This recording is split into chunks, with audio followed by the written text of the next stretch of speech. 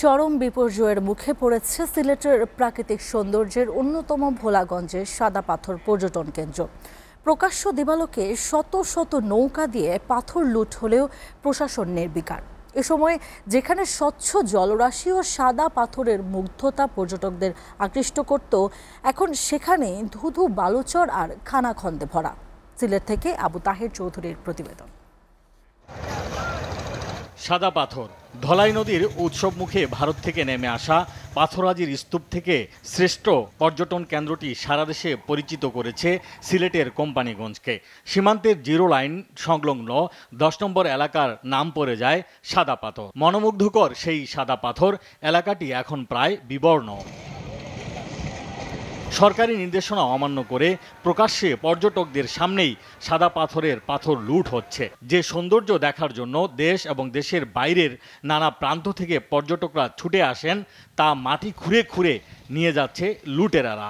আর পর্যটন স্পটে লুটপাট দেখে হতাশ সচেতন নগরবাসী।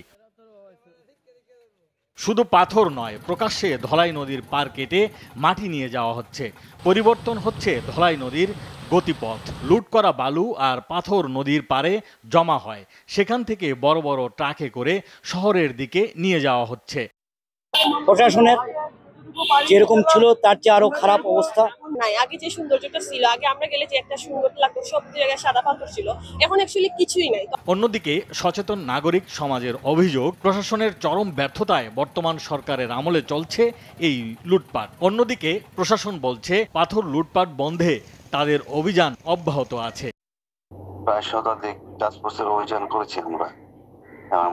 আমার থানায় মামলা আছে, সেখানে 17টি সাদা পাথর ঠেকাতে গিয়ে আমার পুলিশ অ্যাসাল্ট হয়েছে। পুলিশ অ্যাসাল্ট মামলা আছে সাদা পাথর ঠেকাতে গিয়ে 4টি। আমরা 70 জন আসামির মতো গ্রেফতার করে আদালতে প্রেরণ করেছি। এই বিষয়ে আমাদের যে অভিযান, এটা তো আগে থেকে অব্যাহত আছে, এখনো অব্যাহত আছে। আমরা কাজ করে যাচ্ছি এটা নিয়ে। হ্যাঁ, এটা আমাদের ইউনো সাহেবরা দেখতেছেন, আমাদের জেলা থেকে ম্যাজিস্ট্রেটরা গিয়ে বিশেষ অভিযান পরিচালনা করে আসছেন। পরিবেশ কর্মী এবং সচেতন নগরবাসী মনে করেন, সরকারের শক্ত অবস্থান না হলে পরিবেশ ধ্বংসের কারণে চরম ক্ষতির মুখে পড়বে সিলেট। SATV news desk.